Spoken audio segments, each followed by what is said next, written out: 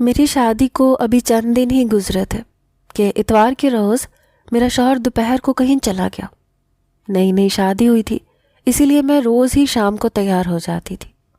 آج بھی میں نے خوبصورت سا جوڑا پہنا تھا، تیار بھی ہوئی تھی، لیکن جب میرا شوہر فواد شام کو گھر آیا تو اس کے ہاتھ میں ایک شاپنگ بیگ تھا۔ اس نے وہ شاپنگ بیگ میرے ہاتھ میں تھمایا، بولا کہ اسے پہن کر تیار ہو جاؤ۔ میں نے حیرت سے فواد کی طرف دیکھا۔ میں نے کہا کہ میں پہلے سے ہی تیار ہوں۔ کہنے لگا کہ جو جوڑا میں ابھی تمہارے لیے لایا ہوں اسے پہنو اور تیار ہو جاؤ۔ میں شاپنگ بیگ لے کر اپنے کمرے میں آ گئی۔ جب میں نے وہ جوڑا دیکھا تو دیکھ کر میری آنکھیں دنگ رہ گئیں۔ وہ تو بہت زیادہ فینسی اور قیمتی قسم کی میکسی تھی۔ میں نے کہا فواد یہ تو بہت زیادہ فینسی ہے۔ کہنے لگا کہ میرے دوست کے گھر پارٹی ہے، اسی لیے جلدی سے تیار ہو جاؤ۔ اتنی قیمتی اور فینسی میکسی لانے کی فواد کو کیا ضرورت تھی؟ میری شادی پر فواد نے بری میں ایک جوڑا بھی نہیں لگایا تھا، کہتا تھا کہ میری گنجائش نہیں تھی، اور اب بہرحال میں نے وہ میکسی پہن لی۔ ویسے بھی میں ایک خوبصورت قسم کی لڑکی تھی۔ گرے سلور میکسی نے تو میرے حسن کو 4 چاند لگا دیے تھے۔ میں نے میک اپ کا ٹچ دینے کے بعد اپنے بالوں کا جوڑا بنانا شروع کیا تو فواد میرے کمرے میں آ گئے۔ میرے قریب آ کر مجھے سر سے پیر تک دیکھا، پھر کہنے لگے باقی سب تو ٹھیک ہے، اپنے بال کھلے رہنے دو، ہوش ربا لگو گی۔ ان کی تعریف پر میں جھیمپ سی گئی۔ میں بالکل تیار تھی۔ میں نے بالوں کو کھول کر برش کیا، الماری میں سے بڑی سی چادر نکالنے لگی تاکہ خود کو لپیٹ سکوں۔ یہ دیکھ کر فواد نے مجھے فوراً سے ٹوک دیا۔ کہنے لگے یہ کیا کر رہی ہو؟ قیمتی میکسی کا سارا لک خراب ہو جائے گا۔ میں نے کہا فواد میں یوں تو باہر نہیں جا سکتی، آپ خود دیکھیں یہ میکسی کافی تنگ اور چست ہے، اس کا دوپٹہ بھی نیٹ کا ہے جسے لینا نہ لینا برابر ہے۔ فواد کہنے لگا مجھ سے بحث مت کرو، ویسے بھی میرا دوست اپنی گاڑی اور ڈرائیور بھیج رہا ہے، تمہیں گھبرانے کی ضرورت نہیں ہے۔ کچھ ہی دیر میں فواد کے نمبر پر کسی کی کال آئی۔ وہ فون پر کہنے لگا ہاں ہم لوگ تیار ہیں، پھر مجھ سے کہنے لگا چلو ڈرائیور آ گیا ہے۔ فواد ایک متوسط گھرانے سے تعلق رکھتا تھا، میرا تعلق بھی ایسے ہی گھرانے سے تھا۔ میں جانتی تھی کہ میرا شوہر کوئی لینڈ لارڈ نہیں ہے۔ فواد کے پاس گاڑی نہیں تھی، ایک پرانی سی موٹر سائیکل تھی، گھر بھی چھوٹا سا تھا۔ شادی کی رات ہی اس نے مجھ سے کہہ دیا تھا کہ اس کی تنخواہ بس اتنی ہی ہے کہ مہینہ بعد میں ختم ہوگا اور تنخواہ پہلے۔ میں نے بھی کوئی اعتراض نہیں کیا تھا۔ شادی کے ان 8 دنوں میں نے فواد سے کوئی بھی فرمائش نہیں کی تھی۔ وہ اکیلے ہی رہتے تھے، چھوٹا سا فلیٹ تھا۔ میں نے شادی کے اگلے دن ہی کچن سنبھال لیا تھا۔ فواد مجھ سے کہتا تھا کہ شادی پر بہت خرچہ ہو گیا ہے، اسی لیے میں نے بری کے جوڑے نہیں بنائے، چند ماہ یوں ہی گزارنے پڑیں گے۔ اسی لیے مجھے حیرت ہوئی تھی جب فواد کی گنجائش ہی نہیں تھی تو اتنی قیمتی میکسی لانے کی کیا ضرورت تھی، وہ بھی بس ایک دعوت پر جانے کے لیے۔ میرے جہیز کے کافی فینسی سوٹ بالکل نئے موجود تھے، میں ان میں سے کچھ پہن لیتی، لیکن وہ ایک قیمتی میکسی میرے لیے لائے تھے، کم از کم بھی اس کی قیمت 40 سے 50 ہزار تھی۔ کیا ضرورت تھی اتنا خرچہ کرنے کی؟ بہرحال فواد کے دوست کا ڈرائیور آ چکا تھا، ہم دونوں گاڑی میں بیٹھ گئے۔ وہ گاڑی خوبصورت علاقے کے بڑے سے بنگلے کے سامنے کھڑی ہوئی۔ ہارن دیتے ہی فوراً سے چوکیدار نے دروازہ کھولا۔ پارکنگ ایریا میں اس وقت 3 گاڑیاں پہلے سے ہی موجود تھیں اور چوتھی ہماری تھی۔ سائڈ پر باغیچہ بھی بے حد قیمتی اور خوبصورت پھولوں سے سجا ہوا تھا، لیکن وہاں پر اتنی لائٹنگ نہیں تھی جیسی کہ دعوتوں پر ہوتی ہے۔ فواد میرا ہاتھ پکڑے مجھے اندر لاؤنج میں لے گیا۔ میری میکسی کافی چست قسم کی تھی اور اس پر ستم یہ کہ دوپٹہ بھی نیٹ کا تھا۔ میں جیسے ہی اندر گئی تو اندر مجھے سوائے مردوں کے کوئی بھی نظر نہیں آیا، وہاں کوئی بھی خاتون میرے علاوہ نہیں تھی۔ یہ دیکھ کر میں بری طرح سے نروس ہوئی۔ یہ کیسی دعوت تھی جہاں سب مرد ہی مدعو تھے، خواتین نہیں؟ اور اگر یہ صرف مردوں کی دعوت تھی تو پھر فواد مجھے یہاں لے کر کیوں آئے تھے؟ ان ہٹے کٹے مردوں کو دیکھ کر میں بالکل فواد کے ساتھ لگ گئی۔ میں نے کہا فواد یہاں تو کوئی بھی خاتون نہیں ہے۔ وہ کہنے لگے یہ سب غیر شادی شدہ ہیں، تو ظاہر سی بات ہے ان کی بیویاں کہاں سے آ سکتی ہیں۔ مجھے اپنے ساتھ لگائے وہ اپنے دوستوں کے پاس لے گئے۔ مجھے حیرت کا جھٹکا اس وقت لگا جب فواد نے میرا تعارف اپنے دوستوں سے کروایا اور وہ مصافحے کے ارادے سے میرے سامنے اپنا ہاتھ بڑھانے لگے۔ میں یہ دیکھ کر پیچھے کو ہٹی تھی۔ یہ کون سا طریقہ تھا؟ پھر مجھے فواد کے دوست کچھ اچھے بھی نہیں لگ رہے تھے۔ عجیب تیز سی نظریں تھیں ان سب کی۔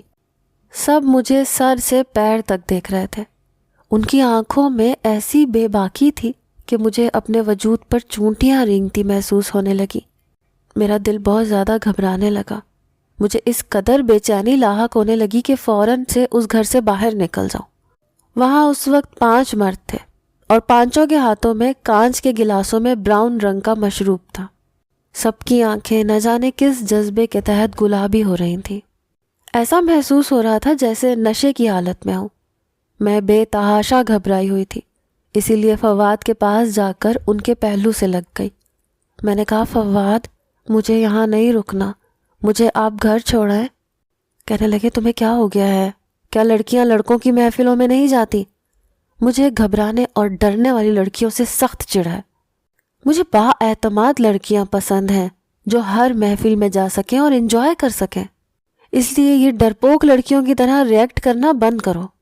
یہ کہہ کر انہوں نے مجھے بازو سے پکڑ کر خود سے پیچھے کیا۔ میں تو فواد کا یہ رویہ دیکھ کر ہی تذبذب کا شکار ہو گئی تھی۔ میری آنکھوں میں آنسو بھر آئے۔ اس سے پہلے کہ میں رو دیتی، فواد کا ایک دوست میری جانب بڑھا۔ کہنے لگا، بھابھی آپ کیوں پریشان ہو رہی ہیں؟ میری بیوی دوسرے شہر اپنے میکے رہنے گئی ہے اور باقی سب کنوارے ہیں۔ 1-2 سال رک جائیں، ان سب کی بھی شادیاں ہو جائیں گی تو سب کی بیویاں آ جائیں گی۔ اب اگر ہماری بیویاں نہیں ہیں تو ہم کیا کریں؟ ملنا جلنا چھوڑ دیں۔ ہم نے تو آپ کے لیے بہت اچھے کھانے کا اہتمام کیا ہے۔ اس کا انداز مذاق اڑانے والا تھا۔ پھر وہ فواد سے کہنے لگا، آؤ فواد، ڈرائنگ روم میں چلتے ہیں، کھانا بالکل ریڈی ہے۔ میں فواد کا ہاتھ زور سے پکڑے ڈرائنگ روم کے ٹیبل تک پہنچی، جہاں پر مختلف قسم کے لوازمات بھرے پڑے تھے۔ میں فواد کے ساتھ ٹیبل پر بیٹھ گئی۔ فواد کے باقی دوست بھی سامنے کرسیوں پر بیٹھ گئے۔ اس کا جو دوست میزبان تھا وہ میری پلیٹ میں مختلف قسم کی ڈشیں ڈال رہا تھا۔ کہہ رہا تھا، بھابھی یہ کھا کر دیکھیں، وہ بھی کھا کر دیکھیں۔ کھانا واقعی بہت لذیذ تھا اور مجھے بھوک بھی بہت لگی تھی۔ عجیب بات تھی، جیسے جیسے میں کھانا کھا رہی تھی میری آنکھیں نیند سے بند ہونے لگیں، لیکن میں اپنا ہاتھ بھی نہیں روک پا رہی تھی۔ کھانے کی لذت ہی کچھ ایسی تھی۔ کھانا کھاتے کھاتے مجھے لگا میں یہیں سو جاؤں گی۔ میں نے خمار آلود نظروں سے فواد کی طرف دیکھا، جو اس وقت مجھے 1 کے بجائے 4 نظر آ رہا تھا۔ میں نے کہا، فواد مجھے گھر لے چلو، مجھے نیند آ رہی ہے۔ وہ کہنے لگا، ہاں چلو۔ یہ کہہ کر جیسے ہی میں اپنی کرسی سے کھڑی ہوئی، لڑکھڑاتے ہوئے میں فواد کی باہوں میں گر گئی۔ بس 1 منٹ لگا تھا مجھے اپنے ہوش سے غافل ہوتے ہوئے۔ صبح جب میری آنکھ کھلی تو میرا سر پوری طرح سے چکرا رہا تھا۔ بمشکل ہی اپنی آنکھیں کھولی تھی۔ میں اپنے کمرے میں موجود تھی، ابھی بھی اسی میکسی میں ملبوس تھی جو اب مجھے اپنے وجود پر بری طرح سے چبھ رہی تھی۔ میں نے بڑی مشکل سے اٹھ کر بیٹھنے کی کوشش کی۔ مجھے لگا جیسے میرا وجود میرا ساتھ نہیں دے رہا۔ میرے پورے وجود میں درد کی ٹیسیں اٹھ رہی تھیں۔ بمشکل میں نے اپنے دکھتے وجود کو کراؤن سے ٹیک لگا کر بیٹھنے پر مجبور کیا۔ پتہ نہیں کیوں میں چور چور ہو چکی تھی۔ مجھے اپنے اندر ایک عجیب سی کمزوری سی محسوس ہو رہی تھی۔ میں نے دیکھا تو میرا سارا زیور اترا ہوا تھا اور ہاتھوں میں جہاں میں نے چوڑیاں پہنی تھی وہاں پر کھرونچوں اور زخموں کے نشان تھے۔ یہ دیکھ کر مجھے حیرت ہوئی تھی۔ میں ابھی ٹھیک سے ہوش و حواس میں بھی نہیں آئی تھی کہ جب فواد ٹرے میں بے تکلف ناشتہ لے کر اندر داخل ہوئے۔ بہت خوش لگ رہے تھے۔ مجھ سے کہنے لگے، دیکھو آج میں تمہارے لیے پوری حلوے کا ناشتہ لایا ہوں۔ میں نے کہا، پتہ نہیں فواد، میرے جسم میں بے تحاشا درد ہے۔ میری بات پر وہ فکر مند ہونے کے بجائے مسکرانے لگا۔ کہنے لگا، رات تم بہت زیادہ خوبصورت لگ رہی تھی، پھر مجھ پر بے ہوش ہو کر گر بھی گئی تھی، اسی لیے گھر آتے ہی میری نیت تم پر خراب ہو گئی تھی۔ فواد کافی شوخ مزاجی میں تھا. میری نظریں خود بخود جھک گئیں. کہنے لگا تم ناشتہ کرو، میں تمہارے لیے درد کی دوا اور گرما گرم چائے لاتا ہوں، پھر یہ درد بھی آدھے گھنٹے میں ٹھیک ہو جائے گا. مجھے حیرت ہو رہی تھی کہ ان 8 دنوں میں تو فواد نے کبھی مجھ سے ایسی جنونی محبت کا اظہار نہیں کیا تھا، کیونکہ میرے پورے وجود پر زخم تھے. بہرحال اگلے روز تک میں کافی بہتر ہو گئی تھی، لیکن میں نہیں جانتی تھی کہ یہ سلسلہ چل نکلے گا. اگلے اتوار کو پھر سے مجھے فواد نے ایک نئی میکسی لا کر دی. کہنے لگا تیار ہو جاؤ، دوست کے گھر دعوت پر جانا ہے. اور پھر اسی دوست کے بنگلے پر مجھے لے گیا. اس بار تو اس کے دوست مجھ سے پہلے سے زیادہ بے تکلف ہونے لگے. کہنے لگے بھابھی آپ کے حسن کے تو ہم دیوانے ہو گئے. فواد تو بڑا خوش نصیب ہے کہ اسے آپ جیسی بیوی ملی ہے. مجھے فواد کے دوستوں کے منہ سے اس طرح کی تعریف بری لگی تھی. میں نے غصے سے انہیں گھور کر دیکھا تو وہ ڈھیٹ بن کر ہنسنے لگا. میں سوچ چکی تھی کہ گھر جاتے ہی فواد سے کہوں گی کہ میں آئندہ ان کے گھر نہیں جاؤں گی. مجھے مردوں کی اس قسم کی بے تکلفی اور مذاق بالکل پسند نہیں تھا. اس بار بھی میرے ساتھ یہی ہوا. جیسے ہی میں نے کھانا کھایا مجھ پر غنودگی سی طاری ہو گئی، پھر میں بے ہوش ہو گئی. اگلے روز پھر میرا جسم درد سے چور تھا، لیکن میں نے ایک بات نوٹ کی تھی کہ فواد بہت خوش تھا. گھر پہ پھل بھی لانے لگا تھا، پیسہ بھی بڑے کھلے ہاتھ سے خرچ کر رہا تھا، حالانکہ اس کی تنخواہ اتنی زیادہ نہ تھی. پھر یہ روز روز کی عیاشیاں کیسے ہو رہی تھیں؟ گھر آتے ہوئے وہ روزانہ اچھے سے ہوٹل کا کھانا ساتھ لاتے تھے. مجھ سے کہتے کوئی ضرورت نہیں ہے تمہیں کچن میں اپنا آپ کھپانے کی، تمہارا خوبصورت حسن مان پڑ جائے گا. کبھی کبھی تو مجھے فواد کی باتیں بڑی عجیب لگتی تھیں. میں نے کہا ہر عورت گھر کے کام کرتی ہے، مجھے بھی اچھا لگتا ہے کہ میں آپ کے لیے کھانا بناؤں، آپ کے کام کروں. کہنے لگے نہیں، تم بس اپنے حسن کا خیال رکھا کرو، اسے نکھارا کرو، خود کو سنوارا کرو. تم نہیں جانتی تمہارا حسن میرے لیے کتنی اہمیت رکھتا ہے. میرا ہاتھ تھامے وہ مجھ سے بڑی ہی محبت بھری باتیں کرتے تھے. کہتے تھے جانتی ہو تمہیں پانے کے لیے میں نے کتنے پاپڑ بیلے ہیں. یہ بات سن کر مجھے حیرت ہوئی تھی، کیونکہ ہمارا رشتہ تو ایک رشتہ کروانے والی کے توسط سے ہوا تھا. میں نے تو پہلے کبھی فواد کو نہیں دیکھا تھا. میں نے کہا کیا مطلب؟ میری بات پر وہ ہنسنے لگے. کہنے لگے میں نے تمہیں ایک شاپنگ مال میں شاپنگ کرتے دیکھا تھا، تمہیں دیکھ کر ہی میں تم پر فدا ہو گیا تھا. وہیں سے میں نے تمہارا پیچھا شروع کر دیا، تمہارا گھر دیکھا، پھر معلوم ہوا کہ تمہاری اماں تمہارے لیے رشتہ دیکھ رہی ہیں. یقین جانو سمیہ، یہ سن کر مجھے بہت ڈر لگا تھا کہ کہیں میں تمہیں کھو نہ دوں. کہنے لگے ایک بار میں نے تمہارے گھر سے باہر ایک رشتے والی کو نکلتے دیکھا، پھر میں نے اسے کہا کہ اگر وہ میرا رشتہ تم سے کروا دے تو میں اسے اچھی خاصی رقم دوں گا. وہ میری بات مان گئی، یوں میرا رشتہ تم سے ہو گیا. میں تو فواد کی بات سن کر حیرت سے آنکھیں پھاڑے اسے دیکھ رہی تھی. مجھے نہیں پتا تھا کہ میرا شوہر مجھ سے پہلے سے ہی محبت کرتا تھا. مجھے پانے کے لیے اس نے اتنا سب کچھ کیا تھا. میرے دل میں فواد کی اور بھی محبت اور قدر بڑھ گئی تھی، لیکن میں نہیں جانتی تھی کہ سچ کچھ اور ہی تھا. اس اتوار کو جب مجھے فواد نے پھر سے قیمتی جوڑا لا کر دیا تو میں نے کہا نہیں فواد، مجھے آپ کے کسی دوست کی دعوت میں نہیں جانا. میری بات سن کر ان کے چہرے کے تاثرات ایک دم بدلے تھے. مسکراہٹ غائب ہو گئی، چہرے پر سختی آ گئی. کہنے لگے کیا مطلب ہے تمہارا؟ وہ لوگ اتنی چاہت سے تمہیں بلاتے ہیں. میں نے کہا نہیں، مجھے نہیں جانا. نہ جانے وہ کیسا کھانا مجھے کھلاتے ہیں، کھاتے ہی مجھے نیند آ جاتی ہے، اور صبح میری حالت بہت بری ہوتی ہے. 2 دن تک تو میں چلنے پھرنے سے قاصر ہو جاتی ہوں، اور پھر وہاں پر صرف مرد ہوتے ہیں. میرا وہاں کیا کام ہے؟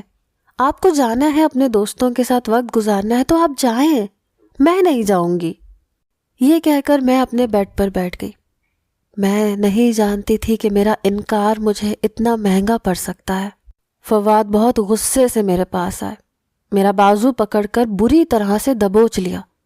کہنے لگے ابھی تک تم نے میری محبت دیکھی ہے، بہتر ہے میری محبت ہی دیکھو. مجھے انکار نہیں چاہیے سمیہ. اگر تم نے میری کسی بات سے بھی اختلاف کیا تو تم نہیں جانتی کہ میں غصے کا کتنا پاگل انسان ہوں۔ یہ کوئی اتنی بڑی بات تو نہ تھی جو میں نے اسے کہی تھی، لیکن فواد کا غصہ تو یوں تھا جیسے واقعی مجھے جان سے مار ڈالیں گے۔ اپنی سرخ آنکھیں وہ میری آنکھوں میں گاڑے بڑے غضبناک لہجے سے کہہ رہے تھے۔ میرا دل تو اپنے شوہر کا یہ روپ دیکھ کر کانپ سا گیا تھا۔ میں نے پھر کوئی اختلاف نہیں کیا اور وہاں چلی گئی، لیکن مجھے یہ سب اچھا نہیں لگ رہا تھا۔ نہ جانے کیوں ٹیبل پر مجھے مزے کے کھانے آج بہت برے لگ رہے تھے، کیونکہ یہ مجھے ہوش و حواس سے غافل کرتے تھے۔ میں نے بہت کم سالن اپنی پلیٹ میں ڈالا تھا اور لگا لگا کر نان کھا رہی تھی، لیکن جیسے ہی فواد کے دوست کی نظر مجھ پر پڑی، کہنے لگا بھابھی کیا بات ہے، آپ کھانا ٹھیک سے نہیں کھا رہی؟ میں نے کہا مجھے بھوک نہیں ہے۔ میرا یہ کہنا تھا کہ اس نے ایک عجیب طرح کا اشارہ فواد کو کیا۔ یہ دیکھ کر میرے حواس گم ہوئے تھے۔ فواد نے سامنے پڑی بریانی سے میری پلیٹ بھر دی، کہنے لگے پوری ختم کرو۔ وہ گھورتی ہوئی نظروں سے مجھے کہہ رہے تھے۔ میں نے بمشکل وہ چاول ختم کیے تھے اور کھاتے ہی میری وہی حالت ہو گئی۔ اب تو مجھے فواد پر بھی شک ہونے لگا تھا۔ اگلی اتوار آنے سے پہلے میں نے طبیعت خرابی کا بہانہ کیا اور میکے چلی آئی۔ میری چھوٹی بہن کے رشتے کی بات طے ہو گئی تھی۔ چھوٹی سی منگنی کی رسم گھر پر ہی تھی۔ میری بہن شاپنگ پر گئی تو مجھے بھی ساتھ لے گئی۔ وہیں پر میری ملاقات فواد کے ان 5 دوستوں میں سے ایک کے ساتھ ہو گئی۔ وہ باتوں کے دوران بار بار میری بہن کو دیکھ رہا تھا۔ کہنے لگا بھابھی اس بار ہمارے گھر آئیں تو اپنی بہن کو بھی ضرور ساتھ لائیے گا، یہ بھی آپ کی طرح بڑی کمال کی چیز ہے۔ مجھے اس شخص کی بات بہت بری لگی۔ میری بہن بھی اسے گھور کر دیکھنے لگی۔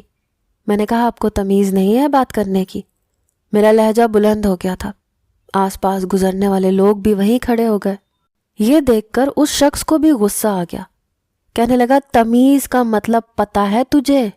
ہم عورت دیکھ کر تمیز کرتے ہیں اور تو اس قابل نہیں ہے کہ تیری عزت اور تمیز کی جائے۔ میں نے کہا زبان سنبھال کر بات کرو۔ وہ کہنے لگا کیوں؟ سچ بہت چبھ رہا ہے تمہیں؟ تم 2 ٹکے کی عورت ہو اور مجھ سے تمیز کی بات کر رہی ہو۔ یہ لفظ سن کر مجھے اس پر اتنا غصہ آیا کہ میں نے ایک زوردار تھپڑ اس کے منہ پر مار دیا۔ اس تھپڑ کی گونج جس نے سنی تمام لوگ وہاں کھڑے ہو گئے۔ کہنے لگے کہ محترمہ اگر اس شخص نے آپ کے ساتھ بدتمیزی کی ہے تو ہم اس کی طبیعت ابھی صاف کر دیتے ہیں۔ کچھ نوجوانوں نے تو آستینیں چڑھا لی۔ میرا جی تو یہی چاہا کہ کہوں کہ منہ توڑ دو اس شخص کا جسے عورت سے بات کرنے کی تمیز تک نہیں ہے۔ میں نے سوچا میں گھر جا کر فواد کو اس کی حرکت بتاؤں گی کہ یہ لوگ کتنے بدتمیز ہیں، اور وہ ہر اتوار کو مجھے زبردستی ان کے گھر لے جاتا ہے۔ ان کی نظر میں کسی کی بہن بیٹی کی عزت ہی نہیں ہے۔ اس سے پہلے کہ وہاں کھڑے نوجوان اس شخص کی اچھی درگت بناتے، وہ کہنے لگا یہ بازاری عورت ہے، جسم فروشی کا کام کرتی ہے اور میں اس کا گاہک ہوں، بس یہاں پر تماشا بنا رہی ہے۔ میرا یہ سننا تھا کہ میرے ہوش اڑ کے رہ گئے۔ میں نے کہا یہ بکواس کر رہا ہے۔ وہ یہ سن کر کہنے لگا تم اتوار کو کیا کرنے آتی ہو ہمارے بنگلے پر، وہ بھی جب کہ تم جانتی ہو کہ وہاں تمہارے علاوہ کوئی عورت نہیں ہوتی۔ اس کے بعد جو بات اس شخص نے مجھ سے کہی، پہلے میرا دماغ چکرا کر رہ گیا تھا۔ کہنے لگا میری بات پر یقین نہ ہو تو اس بار آنا اتوار کو ہمارے گھر، تمہیں میں اچھا سبق سکھاؤں گا، تمہیں میں تمہاری صحیح اوقات دکھاؤں گا کہ تم کیا ہو۔ میری بہن میری شکل دیکھ رہی تھی اور میں یوں تھی کہ جیسے پتھر کا مجسمہ، جیسے میں بت بن چکی ہوں۔ بہت سے لوگ مجھے عجیب سی نظروں سے دیکھتے ہوئے وہاں سے چلے گئے۔ وہ شخص غصے سے پھٹ پڑا، مجھے گھورتا ہوا وہاں سے چلا گیا۔ میری بہن نے میرا ہاتھ پکڑا، مجھے گھسیٹتے ہوئے بازار سے باہر لے آئی۔ کہنے لگی آپی یہ سب کیا بکواس کر رہا تھا؟ میں نے کوئی جواب نہیں دیا۔ میرا تو دماغ چکرا رہا تھا، میرا جی اتنا گھبرا رہا تھا کہ جیسے ابھی میرے دل کو کچھ ہو جائے گا، وہ پھٹ جائے گا۔ مجھ پر عجیب سی بدحواسی طاری ہونے لگی۔ میری بہن میری غیر حالت دیکھ کر مجھے میکے لے گئی، لیکن مجھے وہاں بھی چین نہیں آیا۔ میں فوراً سے اپنے گھر چلی گئی۔ گھر گئی تو فواد کا موڈ بہت خراب تھا۔ کہنے لگا، رہ لیا اپنی ماں کے گھر، اب اگر تم نے میکے رہنا ہو تو تم ورکنگ ڈے میں جا کر رہنا، ایک اتوار کی تو چھٹی ہوتی ہے میری، وہ بھی تم میری برباد کر دیتی ہو۔ میں نے کوئی جواب نہیں دیا، کیونکہ میں کچھ بھی کہتی وہ غصے میں اور بھڑکتا اور مکر جاتا۔ اس بار جب وہ مجھے اپنے دوستوں کے گھر لے کر آیا تو اس وقت اس کا وہ دوست وہاں موجود نہیں تھا جس سے میری ملاقات بازار میں ہوئی تھی۔ جیسے ہی میں نے آدھا کھانا کھایا، میں فوراً سے کھانسنے لگی اور واش روم میں چلی گئی۔ مجھے وہ کھانا اپنے اندر ہضم نہیں کرنا تھا، اسی لیے میں نے اپنے حلق میں انگلی مار مار کر الٹی کی۔ جو کچھ میں نے کھایا تھا وہ سب باہر آ چکا تھا، اسی لیے مجھ پر نشے کا اثر نہیں ہوا۔ میں باہر آئی، بے ہوش ہونے کا ناٹک کرنے لگی۔ فواد نے مجھے اپنی باہوں میں لیا، کمرے میں لے گیا، مجھے بیڈ پر لٹا دیا۔ وہ ابھی کمرے میں آیا ہی تھا کہ اس کے دوست بھی کمرے میں آ گئے۔ فواد کہنے لگا، اس بار میں ڈبل قیمت لوں گا، جو حشر تم لوگ رات بھر میری بیوی کے ساتھ کرتے ہو وہ بیمار رہنے لگی ہے۔ تم لوگوں کے دیے ہوئے آدھے پیسے تو اس کی دوائی اور ڈاکٹر کے خرچے میں چلے جاتے ہیں، مجھے کیا فائدہ ہوا؟ اس کے دوست کہنے لگے، ہمیں منظور ہے، تم اس کی جتنی چاہے قیمت لے لو۔ میرا جی چاہا زمین پھٹے اور میں اس میں سما جاؤں۔ میرا شوہر میری ہی عزت کا سوداگر تھا۔ شوہر تو بیوی کا محافظ ہوتا ہے، اسے گندی نظروں سے بچانے کے لیے وہ دست و گریباں ہونے سے بھی گریز نہیں کرتا۔ یہ کیسا شوہر تھا جو میرا ہی سودا کر رہا تھا؟ اس سے پہلے کہ وہ لوگ میرے ساتھ کچھ بھی غلط کرتے، پولیس موبائل کا ہارن بنگلے کے باہر بجنے لگا۔ یہ سن کر وہ سب گھبرا گئے۔ میں یہاں آنے سے پہلے پولیس کو ساری انفارمیشن دے چکی تھی۔ جب تک پولیس اندر آئی میں اٹھ کر بیٹھ گئی۔ مجھے یوں بیٹھتا دیکھ کر فواد اور باقی مردوں کی بھی رنگت اڑ گئی۔ میں نے اپنے شوہر کو گرفتار کروا دیا، کیونکہ اسے خوبصورت لڑکی چاہیے ہی اس لیے تھی کہ جسے وہ کیش کر کے پیسے کما سکتا۔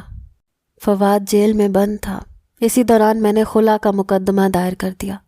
مجھے طلاق بھی ہو چکی تھی، لیکن مجھے اپنے ماں باپ سے ایک شکوہ تھا۔ میری شادی اور رشتہ کرنے سے پہلے انہوں نے یہ تو دیکھا کہ لڑکا اکیلا ہے، مجھ پر گھر کی ذمہ داریاں نہیں ہوں گی، ساس سسر کے تانے نہیں ہوں گے، لیکن یہ نہیں دیکھا کہ وہ کرتا کیا ہے۔